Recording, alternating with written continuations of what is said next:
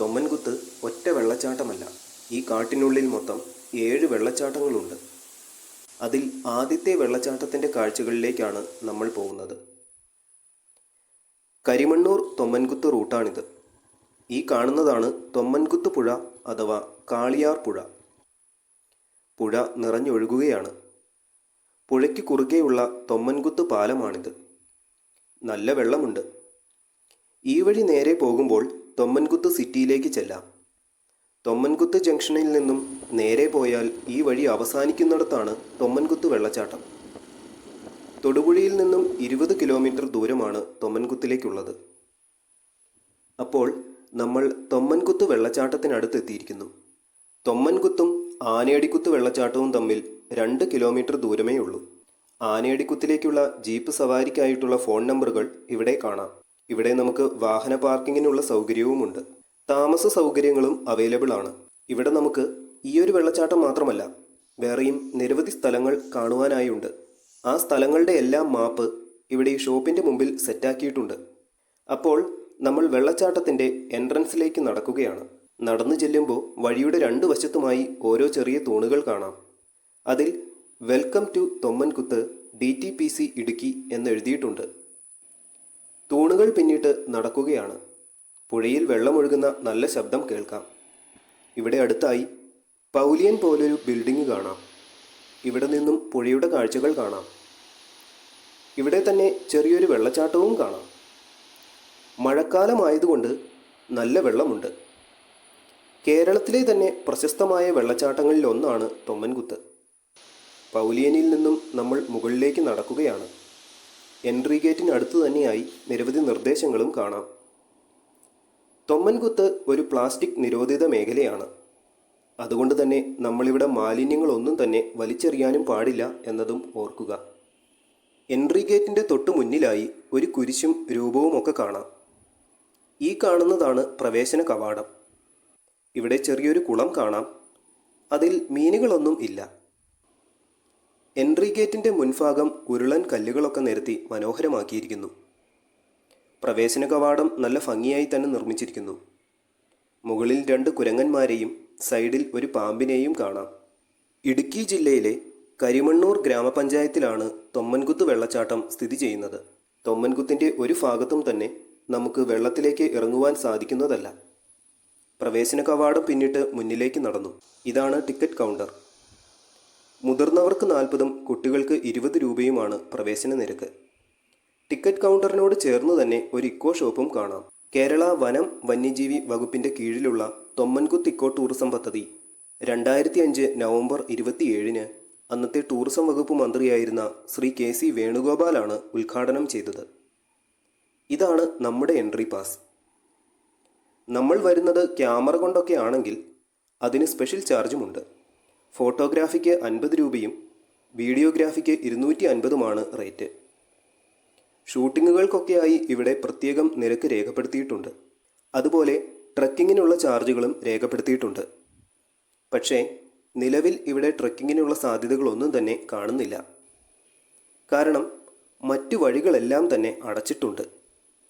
കാഴ്ചകൾ കണ്ടുപോകുമ്പോൾ നമുക്കത് മനസ്സിലാകും. വഴിയോട് ചേർന്ന് സന്ദർശകർക്ക് വേണ്ടിയുള്ള ടോയ്ലറ്റ് സൗകര്യങ്ങൾ പല സ്ഥലത്തുമായി അറേഞ്ച് ചെയ്തിട്ടുണ്ട്. അത് വളരെ നല്ല ഒരു കാര്യമാണ്. ഇത് കാട്ടിലൂടെയുള്ള ഒരു വഴിയാണ്. പുഴയുടെ തീരം ചേർന്നാണ് ഈ വഴി നീണ്ടുപോകുന്നത്.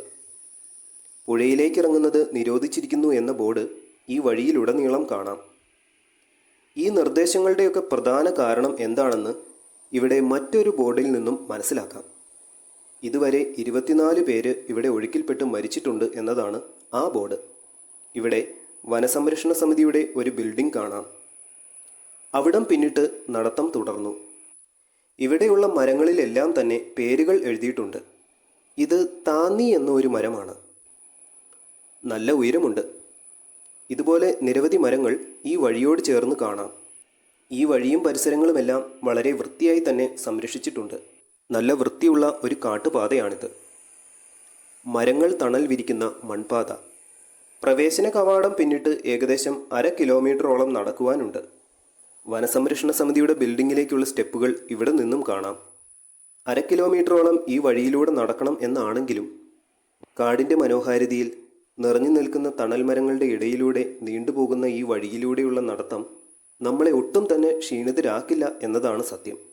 ഇനി നമ്മൾ നടന്നു മടുത്താലും വിശ്രമിക്കാനായി ഒരുപാട് ഇരിപ്പിടങ്ങളും ഈ കാട്ടിനുള്ളിലുണ്ട്. പൂവം എന്ന ഒരു മരമാണ് ഈ കാണുന്നത്.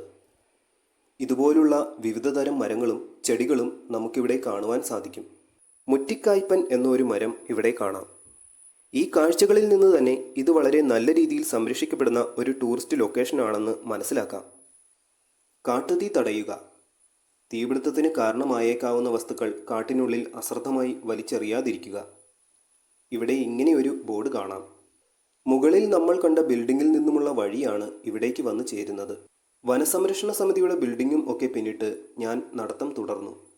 ഇപ്പോൾ വഴിയിൽ കുറച്ച് കല്ലുകളൊക്കെ വന്നു തുടങ്ങി. ചെറിയൊരു വേലിയൊക്കെ കാണാം. പണ്ട് നമുക്കിവിടെ പുഴയിലേക്കൊക്കെ ഇറങ്ങാമായിരുന്നു.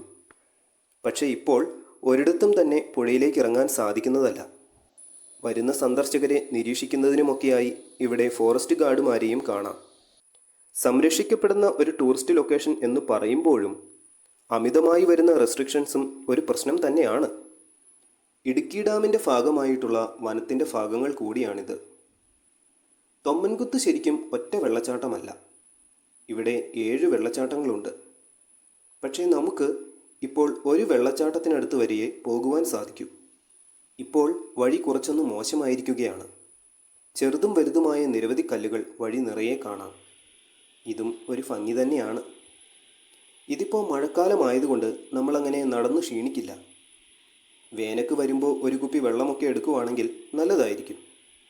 എന്തായാലും ഈ ഒരു ആംബിയൻസ് കിടുവാണ്.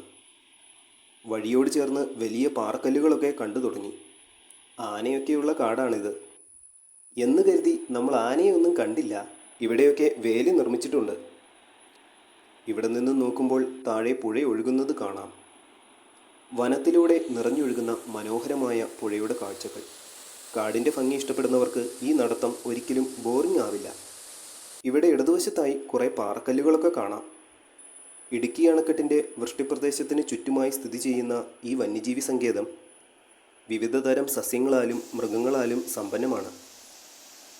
തൊടുപുഴ, ഉടുമ്പൻചോല താലൂക്കുകളിലായി വ്യാപിച്ചു കിടക്കുകയാണ് ഇടുക്കി വന്യജീവി സങ്കേതം.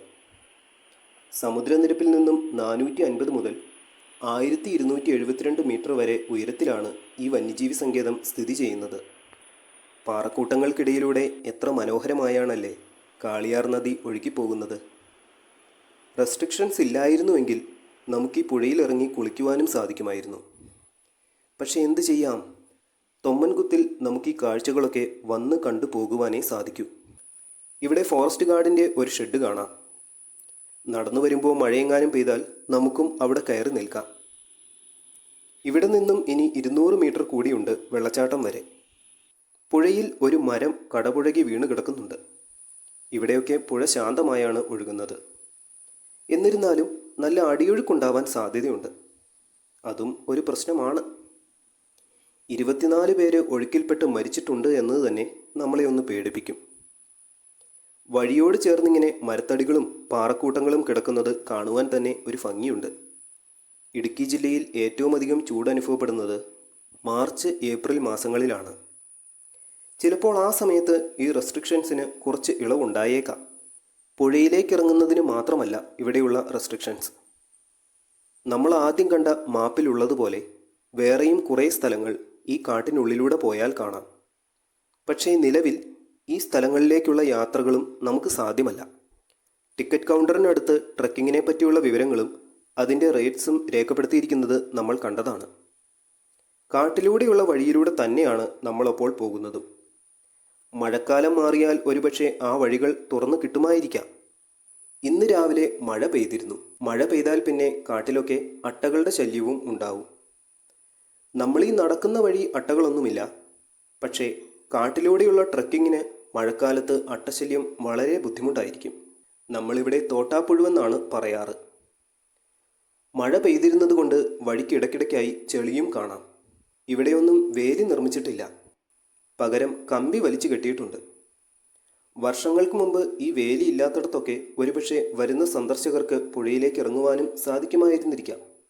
ഈ കാട്ടിനുള്ളിൽ ആന, കുറുക്കൻ, കാട്ടുനായ, കാട്ടുപൂച്ച, അണ്ണാനുകൾ, കീരി എന്നിവയൊക്കെ കാണുന്നതാണ്. ഇന്നത്തെ ആദ്യത്തെ സന്ദർശകൻ ഞാനാണെന്നാണ് തോന്നുന്നത്. വഴിയിൽ മറ്റ് സന്ദർശകരെ ഒന്നും കാണാനില്ല. പിന്നെ ഇവിടെ എല്ലായിടത്തും തന്നെ നമ്മളെ നിരീക്ഷിക്കുവാനായി ഫോറസ്റ്റ് ഗാർഡ്സുമുണ്ട്. ഈ കാട്ടിനുള്ളിൽ വിവിധ തരം പക്ഷികളും ഉള്ളതാണ്. നമ്മളൊന്നിനെയും കണ്ടില്ല. അപൂർവ ഇനം പക്ഷികളെയും ചിത്രശലഭങ്ങളെയും കണ്ടെത്തിയതായാണ് പറയുന്നത്. വഴിയുടെ ഇടതുവശത്ത് ഇടതൂർന്ന മരങ്ങളും സസ്യങ്ങളും നിറഞ്ഞ ഉൾക്കാട് തന്നെയാണ്. വലതുവശത്ത് നിറഞ്ഞൊഴുകുന്ന കാളിയാർ പുഴയും. കുറേ മുന്നിലായി പുക ഉയരുന്നുണ്ട്. ഇനി ഈ കാട്ടിൽ വല്ല യക്ഷിയും കാണുമോ? ഇവിടെ അടുത്ത് ഒരു ഏഴിലമ്പാലയും നിപ്പുണ്ട്. ദേ ഈ നിൽക്കുന്നതാണ് ഏഴിലം പാല. ഡെവിൾ ട്രീ എന്നാണ് ഇംഗ്ലീഷ് പേര്. പകൽ സമയത്ത് എന്തായാലും യക്ഷിയൊന്നും കാണില്ലായിരിക്കും. ഇവിടെ വളഞ്ഞു പുളഞ്ഞ് മരങ്ങളിലേക്ക് പറ്റിപ്പിടിച്ച് കയറിക്കിടക്കുന്ന ഒരു വള്ളി കാണാം. ഇവിടെ അതുപോലെ തന്നെ വേറെ ഒരു വള്ളിയും. കണ്ടാൽ ഇതൊരു വള്ളിയാണെന്നൊന്നും തോന്നില്ല. എത്ര വർഷം പഴക്കമുള്ള മരങ്ങളും ചെടികളും വള്ളികളുമൊക്കെ ആയിരിക്കുമല്ലേ ഇതൊക്കെ. ഇവിടെ വേറെ ഒരു വലിയ പാറ കാണാം. ആ പാറയുടെ സൈഡിലൊക്കെ നമുക്ക് നനയാതെ കയറിയിരിക്കാൻ പറ്റുന്ന അത്രയും സൗകര്യമുണ്ട്. എത്ര വലിയ പാറക്കല്ലുകളാണെന്ന് നോക്കിയേ. അതിനിടയിൽ ഓരോ വിടവുകളും. ഇവിടെ വലതുവശത്ത് പുഴയിലേക്ക് ഇറങ്ങുവാനുള്ള ഒരു വഴിയുണ്ടായിരുന്നു. ഇപ്പോൾ അത് അടച്ചിട്ടിരിക്കുകയാണ്.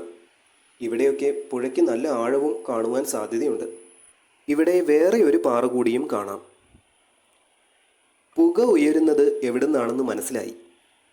നടന്നു വരുമ്പോൾ മൈല എന്ന ഒരു മരം കാണാം. നല്ല ഉയരമുള്ള ഒരു മരമാണ്. ഇത് മരോട്ടി എന്ന ഒരു മരമാണ്. ഒരുപാട് ശിഖരങ്ങളൊക്കെയുള്ള ഒരു മരം. കാണുവാൻ നല്ല ഭംഗിയുണ്ട്. ഇവിടുന്നായിരുന്നു പുക ഉയർന്നുകൊണ്ടിരുന്നത്. ഫോറസ്റ്റ് ഗാർഡിൻ്റെ ഷെഡാണ്. പുള്ളി ഇവിടെ ചപ്പ് ചവറുകൾ കൂട്ടിയിട്ട് കത്തിക്കുന്നുണ്ടായിരുന്നു. അവിടെ നിന്നും നടക്കുമ്പോൾ ഇടതുവശത്ത് ഒരു വലിയ മരം കാണാം. ചീനിമരമാണ് ആ കാണുന്നത്. വർഷത്തിൽ 2 തവണ ഇല പൊഴിക്കുന്ന വലിയ മരം. കാണുമ്പോൾ തന്നെ അറിയാം ഭീമാകാരനായ ഒരുപാട് പഴക്കമുള്ള ഒരു മരം.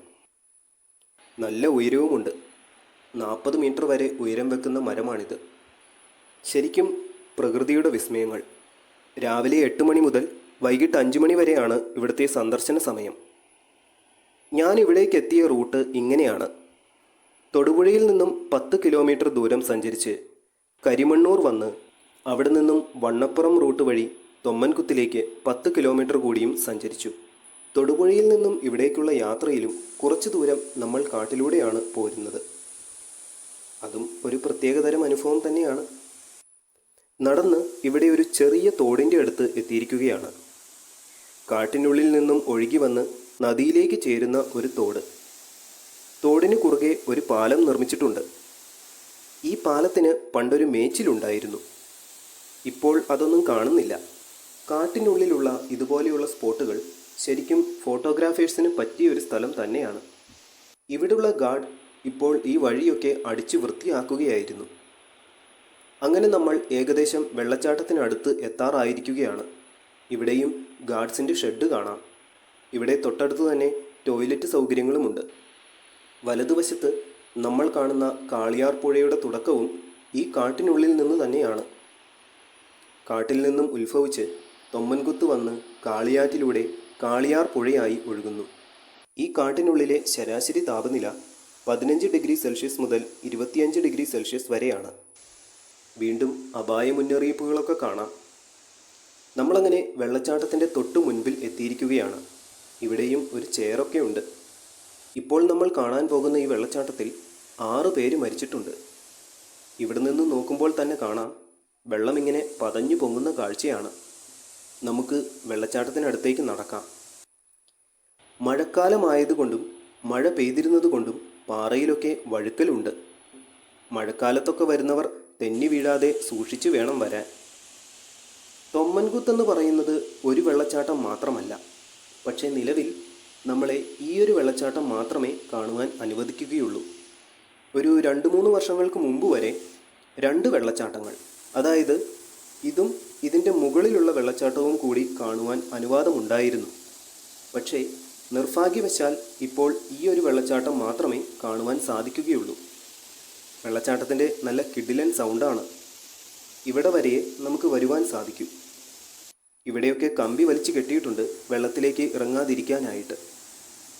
ദൂരെ നിന്നും തൊമ്മൻകുത്ത് കണ്ട് ആസ്വദിച്ച് മടങ്ങിപ്പോവുക. പണ്ട് ഇവിടെ വെള്ളത്തിലിറങ്ങാൻ അനുവദിച്ചിരുന്ന സമയത്ത് ഡ്രസ്സ് മാറാനുള്ള സൗകര്യങ്ങളുമൊക്കെ ഇവിടെ ഉണ്ടായിരുന്നു. കാര്യം ഈ വെള്ളച്ചാട്ടം കാണുമ്പോൾ അധികം ഉയരമില്ലെങ്കിലും അവിടെ നല്ല ആഴമുള്ള സ്ഥലമായിരിക്കാം. അതുപോലെ നമ്മൾ ഒട്ടും പ്രതീക്ഷിക്കാത്ത പാറക്കുഴികളൊക്കെ ഇവിടെ ഉണ്ടാവാം.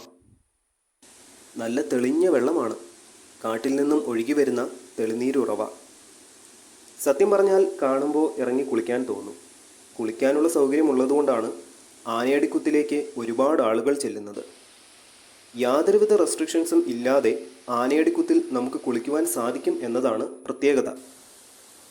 ആനയടിക്കുത്തിൽ ഞാൻ നേരത്തെ പോയിട്ടുണ്ടായിരുന്നു. ആനയടിക്കുത്ത് അഥവാ ആനച്ചാടിക്കുത്തിൻ്റെ വീഡിയോ നിങ്ങൾക്ക് ഈ ചാനലിൽ കാണാവുന്നതുമാണ്. പണ്ട് തൊമ്മൻ എന്ന ഇവിടുത്തെ ഒരു നാട്ടുകാരൻ ഈ നദി മുറിച്ചു കടക്കാൻ ശ്രമിച്ചപ്പോൾ ഈ വെള്ളച്ചാട്ടത്തിൽ വീണ് മുങ്ങി മരിച്ചു. അങ്ങനെയാണ് ഇവിടെ തൊമ്മൻകുത്ത് എന്ന പേര് വന്നതെന്ന് പറയപ്പെടുന്നു. ഇനി ഇവിടുന്ന് നമുക്ക് കുറച്ചുകൂടി മുകളിലേക്കും പോകാം. പശ്ചിമഘട്ട മലനിരകളുടെ തെക്ക് ഭാഗത്താണ് ഇടതൂർന്ന ഈ വനവും വനത്തിനുള്ളിലെ വെള്ളച്ചാട്ടങ്ങളും നമുക്ക് കാണുവാൻ സാധിക്കുന്നത്. നിരപ്പ് വഴി കഴിഞ്ഞു, ഇപ്പോൾ വഴി കയറ്റമായിരിക്കുന്നു. അതുപോലെ വഴിയുടെ വിസ്താരവും കുറഞ്ഞിരിക്കുന്നു. കല്ലും മണ്ണും നിറഞ്ഞ പാതയിലൂടെ വീണ്ടും നടത്തം തുടരുകയാണ്. കുറച്ചുകൂടി മുകളിലായി അവിടെ ഒരു ഹട്ട് കാണാം. അത് താഴെ നമ്മൾ കണ്ട വെള്ളച്ചാട്ടത്തിൻ്റെ മുകളിലായാണ് വരുന്നത്. അപ്പോൾ നമ്മൾ നടന്ന് ഹട്ടിനടുത്ത് എത്താറായിരിക്കുകയാണ്. കുറച്ച് ശ്രമകരമാണ് വഴി. നമ്മൾ വെള്ളച്ചാട്ടത്തിൻ്റെ മുകളിലായി എത്തിയിരിക്കുകയാണ്. താഴെ പുഴ ഒഴുകുന്ന കാഴ്ച കാണാം. അതുപോലെ ഇവിടെ നിന്നും വെള്ളച്ചാട്ടത്തിൻ്റെ മുകളിൽ നിന്നുമുള്ള കാഴ്ചകളും കാണാം. ഇവിടെ നിന്നും ഒരു വഴി കാട്ടിലൂടെ നീണ്ടു പോകുന്നുണ്ടായിരുന്നു. പക്ഷേ അത് അടച്ചിട്ടിരിക്കുകയാണ്. ഈ വഴി പോകുമ്പോൾ നമുക്ക് അടുത്ത വെള്ളച്ചാട്ടവും കാണുവാൻ സാധിക്കുമായിരുന്നു. എന്തായാലും ഇപ്പോൾ സാധ്യമല്ല. കുറച്ചുനാൾ കഴിയുമ്പോൾ ഈ വഴി തുറന്നു കൊടുക്കുമായിരിക്കും. അതുപോലെ ഇവിടെയുള്ള ഹട്ട്, അതിൽ കയറി നിന്ന് വെള്ളച്ചാട്ടത്തിൻ്റെ കാഴ്ച കാണാമെന്നായിരുന്നു കരുതിയിരുന്നത്. പക്ഷേ ഈ ഹട്ട് മൊത്തം നാശമായി, പടികളൊക്കെ ദ്രവിച്ച് മൊത്തം മോശമായി കിടക്കുകയാണ്. തൽക്കാലം നമുക്ക് ദൂരെ നിന്ന് കണ്ടു മടങ്ങുക എന്നത് മാത്രമേ ഇപ്പോൾ നടപ്പുള്ളൂ. ഇത് വളരെ നിർഭാഗ്യകരമാണ്. ഇതാണ് ഞാൻ ആദ്യം റെസ്ട്രിക്ഷൻസ് മാറുന്നതിനെ പറ്റി പറഞ്ഞത്. ഈ കാഴ്ചകൾ കാണുമ്പോൾ ഇതൊരു ടൂറിസ്റ്റ് കേന്ദ്രത്തിൻ്റെ വളർച്ചയാണോ തളർച്ചയാണോ എന്നും കൂടി നമ്മൾ ചിന്തിക്കണം. കാട്ടിലൂടെ പോയാൽ ഏഴുനിലക്കുത്ത് വെള്ളച്ചാട്ടമൊക്കെ കാണുവാൻ സാധിക്കുമെന്ന് ആദ്യം നമ്മൾ കണ്ട കടക്കാരും പറഞ്ഞിരുന്നു. പണ്ട് 2 വെള്ളച്ചാട്ടം കാണുവാൻ അനുവദിച്ചിരുന്നത് ഇപ്പോൾ ഒറ്റ വെള്ളച്ചാട്ടമായി കുറഞ്ഞിരിക്കുന്നു എന്നു മാത്രം. ഈ റെസ്ട്രിക്ഷൻസ് എത്ര നാളത്തേക്കാണെന്ന് നമുക്കറിയില്ല. എന്തായാലും മഴക്കാലം കഴിയുമ്പോൾ ട്രക്കിങ്ങിന് അനുവദിക്കുമെന്ന് പ്രതീക്ഷിക്കാം. ആ സമയത്ത് ട്രക്കിങ്ങിനായി വരാമെന്ന പ്രതീക്ഷയിലാണ് എൻ്റെ മടക്കം. കാഴ്ചകൾ കണ്ട് ഞാൻ മടങ്ങുമ്പോഴേക്കും വേറെയും സന്ദർശകർ തൊമ്മൻകുത്തിൽ എത്തുന്നുണ്ടായിരുന്നു.